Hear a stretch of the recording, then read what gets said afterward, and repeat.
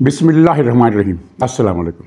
नाज़रीन, एक सदारती निज़ाम होता है, एक पार्लिमानी निज़ाम होता है। पाकिस्तान में 5 साल के लिए जो निज़ाम आया है वो ना सदारती है ना पार्लिमानी, ये बंदोबस्ती निज़ाम है और ये 5 साल चलेगा। किसी को अच्छा लगे या किसी को बुरा लगे, जिसने 5 साल रहना है और अपना 2 नकाती एजेंडा पहले ही 2 साल में या 1.5 साल में मुकम्मल करना है। उसके बाद कुछ इम्प्रूवमेंट करनी है इस एजेंडे के कम से कम एक नुक्ते में, और इसके साथ ही कुछ सियासी आइनी इस्लाहात भी होंगी।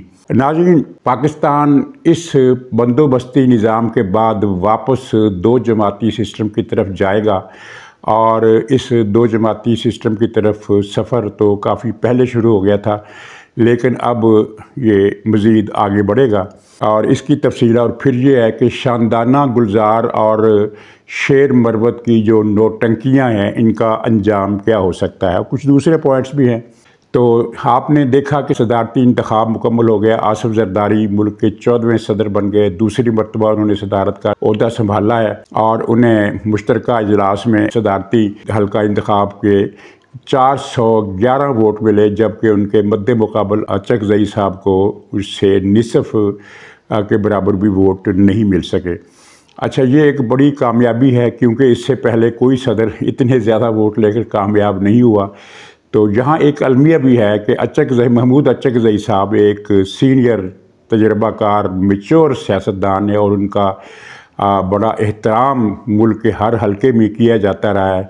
लेकिन बदकिस्मत ये देखिए, जब किसी के साथ कुछ मिसहैप होना होता है तो वो हो जाता है। वो मिसहैप ये हुआ है कि वो उन्होंने एक जेड ग्रेड के नशई की पार्टी की तरफ से उम्मीदवार के तौर पर इलेक्शन लड़ा। इससे बेहतर था कि वो अपनी ही पार्टी की तरफ से इलेक्शन लड़ते, चाहे उनको 1 वोट मिलता, लेकिन उनके नाम का भरम रह जाता। इस वक्त उन्होंने इमरान खान की पार्टी की तरफ से, जो कि एक धुतकारा हुआ शख्स है, जिसके पाकिस्तान के फ्यूचर की पॉलिटिक्स में कोई जगह नहीं है और जो जहनी मरीज़ है, जो अब इसकी क्या बातें कीजिए कि जो जर्मनी जापान की सरहदें मिला देता है, जो पाकिस्तान में 12 मौसम दरियाफ्त कर लेता है और जिसकी अखलाकी यानी अगर उसकी अखलाकी मॉडल की मिसाल दी जाए तो फिर वही आयला मलक वाली वो जो टेलीफोन गुफ्तगू है, जिस ऑडियो लीक हुई थी, उसकी मिसाल देना पड़ती है।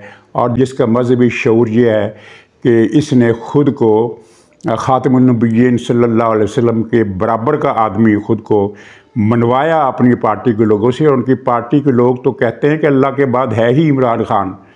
ख़ातमुन नबिय्यीन को बीच में से निकाल ही देते हैं। ऊपर अल्लाह है, ऊपर अल्लाह, नीचे इमरान।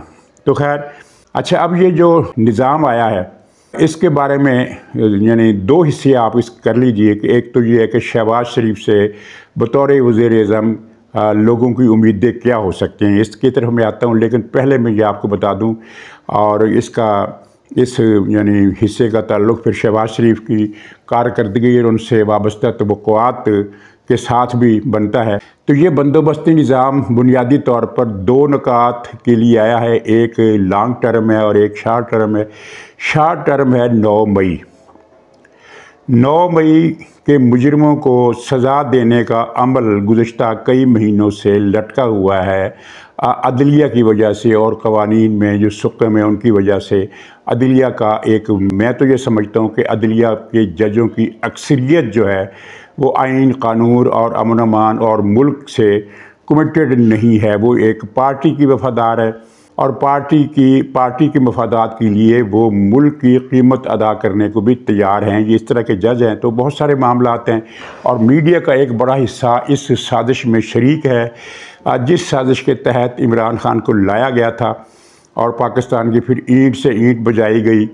तो इन दोनों रुकावटों के पेश नज़र किसी ऐसे इक़दाम की ज़रूरत है जिसके तहत 9 मई का जो बीज है, ये बीज ही उखाड़ दिया जाए, इसकी जड़ें ख़त्म कर दी जाए, ताकि आइंदा पाकिस्तान में कोई भी गिरोह या जत्था रियासत के वजूद को ललकार ना सके और पाकिस्तान की सलामती को यकीनी बनाया जा सके। अच्छा, मसला सिर्फ ये नहीं है कि PTI क्या चीज़ है और इमरान खान क्या चीज़ है। 9 मई का जब जिक्र करते हैं तो उसका मतलब सिर्फ ये नहीं होता कि PTI कि लोगों को सज़ा देनी है, 100, 200, 250 अफराद को सज़ा देनी है, 300 अफराद को सज़ा देनी है। मसला इससे आगे का ये है कि जो 22 बरस से इस मुल्क की बुनियादों में जो जहर भरा गया PTI के नाम से, उसकी जड़ें मुख्तलिफ सेक्शंस में अलग अलग तौर पर मौजूद हैं। एक पूरा अशराफिया खड़ा हो गया इस दौरान 22 बरस में, जिसके कारण में आप रोज़ाना देखते हैं कि कोई अमीर ज़्यादा निकलता है और वो एक ट्रैफिक पुलिस वाले को मार कर निकल जाता है, कोई निकलता है वो किसी गरीब आदमी को थप्पड़ों पर और डंडों पर रख लेता है, कोई किसी ट्रैफिक कांस्टेबल को ये तड़े लगाता है कि तुम जानते हो मैं किसकी बीवी हूँ, मैं किसका बेटा हूँ। ये अशराफिया का कल्चर, लूट मार का कल्चर, ये उसी निज़ाम का हिस्सा है, उसी प्रोजेक्ट का हिस्सा है जिसके तहत इमरान खान को लाया गया था। इमरान खान सिर्फ इसमें एक शो बॉय था, पोस्टर बॉय था, जो भी कह लें, ये इमरान खान इसका एक सिंबल था। असल में ये निज़ाम बहुत गहरा था और इसके अंदर बहुत सारी साजिश थी, बैरूनी क़ुव्वतें मुलव्वस थी। पाकिस्तान के अंदर की लूट मार की आदि क्रिमिनल इलीट क्लास इसमें मुलव्वस थी, इसमें शामिल थी। उसमें अदलिया के जज शामिल थे, उसमें पीर, फ़कीर, वडेरे, मौलवी, यानी हर वो तबका जो रवायती तौर पर आवाम का और पाकिस्तान का दुश्मन रहा है, इंसानियत का और अखलाक का दुश्मन रहा है, ईमानदारी और दयानतदारी का दुश्मन रहा है और पाकिस्तान की बुनियादों पर कुल्हाड़ा चलाने के लिए हर वक्त तैयार रहा है। ये पूरा एक नेटवर्क है। इस नेटवर्क के ख़ात्मे के लिए संजीदा कोशिशें की जाएंगी और सरे दस्त इसमें 9 मई के मुजरिमों को सज़ा दी जाएगी। यहाँ मैं एक बात बता दूँ कि एक बयानिया तो वो है जो इमरान खान और उसकी पार्टी के साथी लोग और जिनकी ज़हनी सतह का आप अंदाज़ा कर सकते हैं उनके बयानात से, कि मसलन एक आदमी है वो कौमी असम्बली में बैठकर सिगरेट पीता है और जब उससे पूछा जाता है कि ये तुमने क्या किया, तो उसने कहा कि मैं तो हमेशा वही पेशाब करता हूँ जहाँ लिखा होता है कि यहाँ पेशाब करना मना है और यहाँ पेशाब करने वाला फलाने का बच्चा होगा, इस तरह की बातें लिखी होती, मैं वहाँ। तो ये इनकी ज़हनी हालत है। और एक तो यानी बयानियाँ ये लोग बनाते हैं और दूसरा बयानिया अपने तौर पर इनकी गिरफ्त में जकड़ा हुआ इलेक्ट्रॉनिक मीडिया वो खड़ा करता है। मसलन आपने देखा कि एक बयानिया बड़े ज़ोर से फैलाया गया, पिछले 10-12 दिन से वो चल रहा है और उस पर लोग दलाइल दे रहे हैं। और दलाइल क्या दे रहे हैं, हमाकत आमेज़ बातें कर रहे हैं। वो ये कह रहे हैं कि अब 9 मई का बयानिया ख़त्म हो गया क्योंकि इमरान खान को मैंडेट मिल गया है आवाम का। अरे भाई, कौन सा अनोखा मैंडेट मिला उसको? 1,70,00,000 वोट, जिसमें धांधली वाले वोट निकाल दें तो क्या बचता है। लेकिन चलो 1,70,00,000 ही सही, तो जिनको 4.5 करोड़ लोगों ने वोट दिया है उनके मैंडेट का क्या? और मैंडेट का 9 मई से क्या ताल्लुक़ है? भुट्टो साहब के पास 1976-77 में जो इंतखाबात हुए थे, इससे ज़्यादा बड़ा मैंडेट था। 4 सूबों में उनकी पार्टी को अक्सरियत मिली थी, वफाक में भी उनकी पार्टी को अक्सरियत मिली थी और 50% से ज़्यादा वोट इनको मिले थे। इमरान खान के वोट तो जालसाजी समेत भी 30% नहीं बनते। आप कहेंगे कि भुट्टो ने तो धांधली की थी। भुट्टो ने धांधली की थी और ये PNA के लोग भी मानते हैं कि जिन सीटों पर धांधली की गई थी उनकी तादाद 40 थी। अगर वो 40 सीटें निकाल दी जाएं तब भी भुट्टो के पास सादा अक्सरियत बच जाती थी। यानी भुट्टो ने ये 40 सीटों पर धांधली 2/3 अक्सरियत के लिए की। अगर वो धांधली ना करता तो 2/3 अक्सरियत नहीं मिलनी थी, लेकिन सादा अक्सरियत उससे फिर भी मिल जानी थी। जबकि उसके बाद भुट्टो के साथ जो हुआ, गलत हुआ वो अलग बात है, लेकिन बड़ी आसानी के साथ कर दिया गया। तो भाई ये मैंडेट जो है ये 9 मई के मुकाबले में नहीं खड़ा हो सकता। मैंडेट और चीज़ है, 9 मई और चीज़ है। 9 मई के पीछे 9 मई की क़ुव्वतों को जो लोग सज़ा देना चाहते हैं उनके वोटरों की तादाद 4.5 करोड़ है और उसके अलावा रियासत की क़ुव्वत भी उनके साथ है, कम से कम 9 मई के मामले में। चुनांचे ये बात तो आप भूल जाएं कि 9 मई गायब हो गया। 9 मई अपनी जगह पर खड़ा है और मैंडेट जो है वो जहाँ है वहाँ है। अच्छा, अब इस बंदोबस्ती निज़ाम का दूसरा नुक्ता है मईशत, और बाकी तमाम चीज़ें एक तरफ रख दी जाएंगी और ख़ारजा पॉलिसी में ठंडे ठंडे होकर चला जाएगा। कोई एडवेंचर ख़ारजा पॉलिसी में बॉर्डर के पार किसी भी किस्म का वो जो एक इनको शौक़ चराता है, हमारे पुराने फ़ौजी डिक्टेटर्स को चुराता रहा है, वो शौक़ अब नहीं फरमाया जाएगा। अब दो नुकाती में से एक जो ज़्यादा अहम नुक्ता है, जो 5 साल तक चलेगा, उसका पहला मरहला 1.5 साल के अंदर अंदर मईशत को ख़तरात से निकालने का एजेंडा है। ये है असल एजेंडा जिसके लिए ये बंदोबस्ती निज़ाम काम करेगा। और इसमें अब रवायती सियासत, PTI चाहे तो कौमी असम्बली में हर रोज़ हंगामा कर सकती है, हर रोज़ हंगामा कर सकती है, नारे लगा सकती है, गालियाँ दे सकती है। नारे इसके गालियाँ होते हैं, वैसे तो इनके पास नारा कोई नहीं है सिवाय गालियों के, लेकिन इस शोर वगों से ना तो पार्लियामेंट हिलेगी, ना निज़ाम बंदोबस्ती निज़ाम हिलेगा, और ना वो एजेंडे का नुक्ता हिलेगा जिसका पहला मरहला 1.5 साल के लिए है, जिसमें मईशत को ख़तरात से निकालना है। एक बात जहन में रखिए कि अगर मईशत नहीं संभल पाती, इस वक्त एक क्रिटिकल पोजीशन में उसको खड़ा कर लिया गया है मईशत को, जिसके इंडेक्स आप देख रहे हैं कि हालात बेहतर। मसलन कल ही पाकिस्तान की जो आलमी रेटिंग है वो मनफी से मस्बत कर दी गई है, तो ये एक पॉजिटिव अलामत है। लेकिन ये मजमूई तौर पर एक ठहराव है, नीचे की तरफ डाउनवर्ड जो एक फॉल था वो उसको रोक लिया गया है, लेकिन अब अपवर्ड जाने का मरहला शुरू होने वाला है। तो इस बारे में बेरहम किस्म के इक़दाम किए जाएंगे और उनके नतीजे में आवाम को रिलीफ मिले या ना मिले, लेकिन मईशत को ख़तरा से निकाला जाएगा। और इसीलिए अशराफिया से ताल्लुक़ रखने वाले एक बैंक के सदर को वज़ीर ख़जाना के तौर पर लाया जा रहा है। चुनांचे अगर मैं ये कहूँ तो आप मेरे ख़्याल में मेरी इस बात की तायद करेंगे कि हुकूमत, असल हुकूमत वज़ीर ख़जाना की होगी, शहबाज शरीफ की हैसियत अलामती होगी। ये 5 साल यही चलेगा। यानी अब वफाकी सतह पर हम यूँ कह सकते हैं कि ये बज़ाहिर तो ये हुकूमत पीपल्स पार्टी और मुस्लिम लीग नून की है। पीपल्स पार्टी वजारतें ले या ना ले, लेकिन उसके पास आइनी ओहदे हैं तो वो हुकूमत में है। और शहबाज शरीफ साहब के पास इख्तियार हो या ना हो, लेकिन वो वज़ीर आज़म हैं, इसलिए वो हुकूमत में हैं। तो बज़ाहिर दो पार्टियों की ये हुकूमत है, लेकिन अमलन ये ना तो मुस्लिम लीग नून की हुकूमत है और ना ही ये पीपल्स पार्टी की हुकूमत है। ये उस यक नकाती बल्कि 2 नकाती एजेंडे की हुकूमत है, जिसमें से पहला एजेंडा तो साल 6 महीने से भी पहले नुक्ता पूरा कर दिया जाएगा, और दूसरा एजेंडा 5 साल की मुद्दत तक चलेगा। यानी 1.5 साल के अंदर एक टारगेट है कि मईशत को हमने यहाँ तक संभालना है और उसके बाद मईशत को इम्प्रूव करना है। तो ये इस निज़ाम की शक्ल है। गोया कि अब पीपल्स पार्टी जो है वो सिंध और बलूचिस्तान की पार्टी है, वहाँ इसको इक़्तिदार है, बिल्कुल इक़्तिदार है। और पंजाब में मुस्लिम लीग के पास इक़्तिदार है और बिल्कुल उनके पास इक़्तिदार है, बाइख्तियार भी है। पंजाब में मरीम नवाज़ साहब बिल्कुल बाइख्तियार वज़ीर आला है, और सिंध में पीपल्स पार्टी मुकम्मल बाइख्तियार है। बलूचिस्तान में इख्तियार शराकत का है, यानी उसमें कुछ हिस्सा पीपल्स पार्टी का है, कुछ हिस्सा मुस्लिम लीग का है, कुछ हिस्सा दूसरों का होगा और कुछ हिस्सा असल ताकतों का होगा।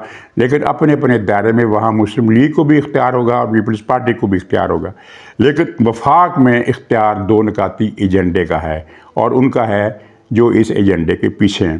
तो आवाम को जो तवक्कुआत हैं, और ख़ास तौर पर मुस्लिम लीग नून के लोगों को जो तवक्कुआत हैं शहबाज शरीफ से, वो मेरा ख्याल है उनको एक तरफ रखते हैं। फ़िलहाल उनकी तवक्कुआत पूरी होने का इम्कान नहीं है। फ़िलहाल जो है, जैसा कि मैंने बताया कि सारी तवज्जो इन 2 चीज़ों पर होगी, और इस दौरान ज़ाहिर है अगर गुंजाइश निकलती है, किसी हाईवे की गुंजाइश निकलती है, मोटरवे को तोसी देने की गुंजाइश निकलती है, तो वो निकाली जाएगी, क्योंकि मोटरवेज़ ने आइंदा पाकिस्तान की मईशत में बड़ा अहम किरदार अदा करना है। लेकिन उसके लिए बहुत पैसा चाहिए, और ज़ाहिर है उसके लिए गैर मुल्की कंपनियों की साथ एक शराकत चाहिए। जो भी सिस्टम होता है, आप समझते हैं कि ये सिर्फ एक तरफ़ा फ़ैसला नहीं होता, इसमें वो बैरूनी मुल्क की वो कंपनी भी मुलव्वस होती है, शामिल होती है, हिस्सेदार होती है, जिसने ये मोटरवे बनाना होता है। लेकिन मोटरवे बहुत ज़रूरी है, क्योंकि अगले 5 साल के बाद पाकिस्तान में जो हालात होंगे, उनमें पाकिस्तान की मईशत का एक बड़ा इन्हिसार तिजारत पर होगा, तिजारती राहदारियों पर होगा, और ये चीज़ें मोटरवे बनाए बगैर नहीं चल सकती। बाकी जो ज़राअत को इन्होंने तरक्की देनी है वो अपनी जगह है, और कारखानों को जो बहाल करना है वो अपनी जगह है। इस एजेंडे में सारी चीज़ें शामिल हैं। किसकी क्या तरजीह है, किसकी क्या फिजिबिलिटी है, किसके क्या इम्कानात हैं, वो हम जैसे लोग नहीं जानते। हम तो सिर्फ एक आउटलाइन को देखते हैं और उसके मुताबिक अपनी राय देते हैं। तो नाज़रीन, 5 साल के बाद पाकिस्तान में एक हकीकी पार्लिमानी निज़ाम बहाल होगा। ये नुक्ता जो है ये इसको गौर से यानी नोट करने की ज़रूरत है कि पार्लिमानी निज़ाम अपनी असल सियासी शक्ल में 5 साल बाद बहाल होगा और फिर वो 2 जमाती सिस्टम की तरफ मुल्क जाएगा। पाकिस्तान में 2 जमाती सिस्टम ज़िया-उल हक़ की वफ़ात के बाद अमलन शुरू हो गया था। बीच में इंटरप्शंस होती रही और ये तरक्की नहीं कर सका, जो इसको इर्तिक़ा चाहिए था वो उसे नहीं मिल सका। 2 जमाती से मुराद एक मुस्लिम लीग नून है और एक पीपल्स पार्टी है। अब ये दोनों पार्टियां इस तरह की शक्ल इख्तियार कर चुकी हैं कि अगर आसिफ ज़रदारी, मैं मफरूज़े की बात कर रहा हूँ, किसी की दिलआज़ारी इसमें नहीं होनी चाहिए, कि फ़र्ज़ कीजिए आसिफ ज़रदारी और बिलावल दोनों ही मैदान में नहीं रहते, पीपल्स पार्टी फिर भी रहेगी। और अगर नवाज़ शरीफ फैमिली नहीं रहती सियासी मंजर में तो मुस्लिम लीग नून फिर भी रहेगी किसी न किसी शक्ल में। आपने देखा कि पिछली पार्लियामेंट के मुकाबले में जब कुछ 17-18 पार्टियाँ थी पार्लियामेंट के अंदर, इस मरतबा 11 पार्टियाँ पार्लियामेंट में आई, यानी 6 पार्टियों की कमी हो गई है।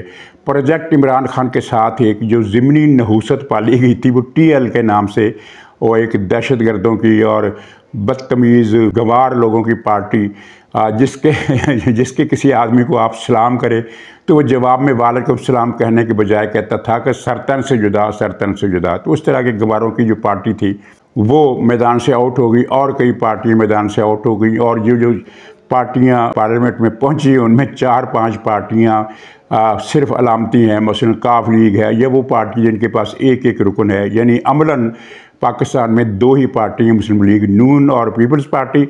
और ये जो PTI का गंद, ये गलाजत का ढेर इस निज़ाम में जो ज़बरदस्ती मुसल्लत किया गया था रियासत की पूरी क़ुव्वत के साथ और रियासत की पूरी मालियाती वसाइल के साथ, अब उसको खींच कर इस निज़ाम से बाहर निकाला जा रहा है। और वो इसने बाहर निकलना है, इसने बचना कोई नहीं है।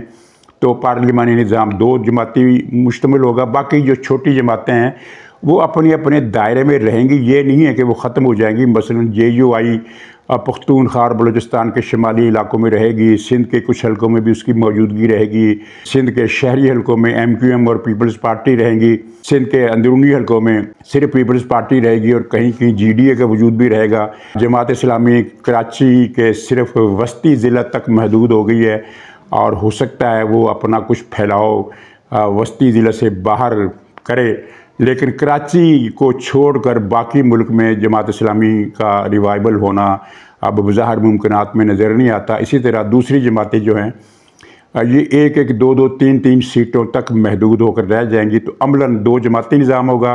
बज़ाहिर इस वक्त नज़र आ रहा है कि मुस्लिम लीग पंजाब में है और पीपल्स पार्टी सिंध में महदूद है, लेकिन जो भी है ये दोनों बड़ी पार्टियाँ हैं और छोटी इलाकाई पार्टियों और दूसरे सूबों में अपनी नुमाइंदगी बढ़ाकर ये 2 जमाती निज़ाम की तरफ मुल्क जाएगा और इसके नतीजे में मुल्क की जमहूरियत के लिए अच्छे इम्कानात पैदा होंगे। और जहाँ तक ये बात है कि अच्छे दिन कब आएंगे, तो नाज़रीन अभी 5 साल के बाद पता चलेगा कि अच्छे दिन कब आएंगे। फ़िलहाल अच्छे दिन को आप सब्र और शुक्र के साथ फरामोश कर दें। नाज़रीन, PTI पूरी की पूरी जमात गुंडा पलटन है, अखलाकी तौर पर दिवालिया। तो इसमें एक तो शानदाना गुलजार का मसला है, उसने 2-3 नहायत ही गलीज़ हरकतें की। वैसे तो उसका जो सारा सियासी कैरियर है वो गलीज़ हरकतों पर और मुल्क दुश्मनी पर मबनी है। इसने ये नारा लगाया था कि इमरान नहीं तो पाकिस्तान नहीं, और उसने जितनी तकरीरें की हैं वो भी इसी मौजू पर थी। पिछले दिनों इन्होंने मरियम नवाज़ पर 2-3 संगीन इल्ज़ामात लगाए। एक तो ये है कि PTI को जो कारकुन मारा गया था तो इसने कहा कि इसको मुस्लिम लीग नून ने मारा था और मरियम नवाज़ का हुक्म था कि इसको गाड़ी के तले इतना कुचलो, बार बार कुचलो, गाड़ी इस पर से बार बार गुजारो कि इसकी लाश मसख हो जाए। फिर इसने एक और काम किया कि मरियम नवाज़ साहबा ने एक तकरीर में इमरान खान का फ़िक्रा कोट किया कि मैं नबी के बराबर हूँ, जिसमें वो बकवास कर रहा है ना कि मैं नबी के बराबर हूँ। तो वो फ़िक्रा इन्होंने आगे पीछे से काट कर ये वीडियो वायरल कर दी कि मरियम नवाज़ कह रही है कि मैं नबी के बराबर हूँ, हालांकि वो फ़िक्रा। अच्छा, अभी इन मामलात पर बात चली गई है FI के पास, वो क्या करती है क्या नहीं करती ये तो भी देखने की बात है। लेकिन ख़बर ये है कि शानदाना गुलजार के पसीने छूटे हुए हैं और वो मैसेज भेज रही है कि मुझे माफ़ कर दिया जाए, गलती हो गई। तो उन्होंने कहा कि ठीक है, गलती हो गई है तो जाकर FIA में जाकर माफ़ी मांगना। अच्छा, यही मामला असद कैसर का है। उसने कई मरतबा धमकी दी है कि बगावत करेंगे। 2 मरतबा उसने ये धमकी दी है स्टेज पर, और 1 मरतबा एक TV प्रोग्राम में बैठ कर के बगावत करेंगे। और उधर उसने मुक़्तदर इदारों को पैगाम भेजा है कि मेरी मजबूरी समझें, मेरा बयान देना मेरी मजबूरी है, मेरे इस बयान को संजीदगी से ना लिया जाए, मैं तो आपका हूँ, हम तुम्हारे हैं सनम। और ऐसा ही मैसेज शेर मरबत ने भेजा है।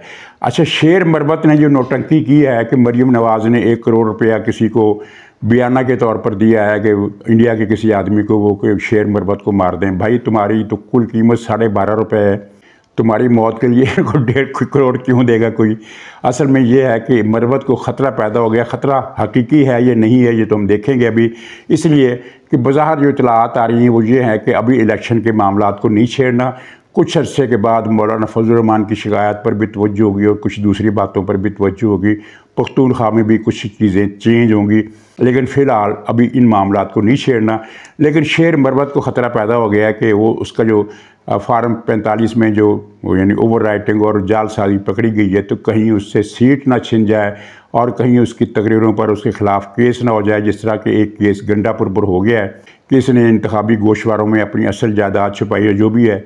तो इसने उस तरफ से तवज्जो हटाने के लिए और प्रीएम्प्ट किया है कि मुझे कत्ल करवाया जा रहा है, ताकि अगर कल इसको असम्बली की रुकनीत से फारग कर दिया जाए, नाअहल कर दिया जाए, नाकाम करार दे दिया जाए, तो ये एक इसके पास एक बयानिया होगा और इसकी पार्टी के पास भी कि देखो मरीम ने इसको रास्ते से हटाना था, पहले कत्ल कराने की कोशिश की, वो नाकाम हो गई, तो अब यूँ इलेक्शन कमीशन से मिलकर इसको नाअहल करा दिया है। मुझे नहीं पता नाअहल कराते हैं या नहीं कराते, नाअहल होता है या नहीं होता, लेकिन इसने प्रीएम्प्ट किया है। और शेर मरबत की नौटंकी को सीरियस कोई खुद PTI में नहीं लेता। एक बात कहता है मुकर जाता है। बाहर जाकर इसने कहा कि मैं तो सिगरेट पीता ही नहीं है, असेंबली में मैंने आज तक सिगरेट नहीं पिया, मेरी वीडियो फिल्म दिखाओ। फिर कहा कि मैं तो हर उस जगह पर सिगरेट पीता हूँ जहाँ लिखा होता है कि सिगरेट पीना मना है, और उस जगह पेशाब करता हूँ जहाँ लिखा होता है कि पेशाब करना मना है, और पेशाब करने वाला फलाने का बच्चा है। तो इस नौटंकी का फ़ायदा PTI को कुछ नहीं होगा, बल्कि इसका मजाक उड़ेगा कि भैया अगर सिपारी देनी है और मरीम नवाज़ के पास इतने ज़्यादा पैसे हैं कि वो सिपारी देने के लिए स्पेयर कर सकती हैं इतनी बड़ी रकम। 1 करोड़ तो सिर्फ बयाना है ना, पता नहीं असल सौदा कितने का हुआ होगा। तो वो किसी ऐसे को मरवाएंगी जो इसके लिए हकीकी थ्रेट का दर्जा रखता हो। ये शेर मरबत वाले जिसकी कीमत 12.5 रुपये भी मैंने ज़्यादा बता दी है, 12.5 आनी होगी इसकी कीमत, इससे ज़्यादा की नहीं है। तो नाज़रीन, अब बंदोबस्ती निज़ाम हुकूमत आज से शुरू हो चुका है। तो अब आपकी मर्ज़ी है इसकी कामयाबी के लिए दुआएं करें या ना करें। बहरहाल इसने चलना 5 साल है। इजाज़त दीजिए, इंशाअल्लाह अगले व्लॉग में फिर मुलाकात होगी। तब तक के लिए खुदा हाफ़िज़।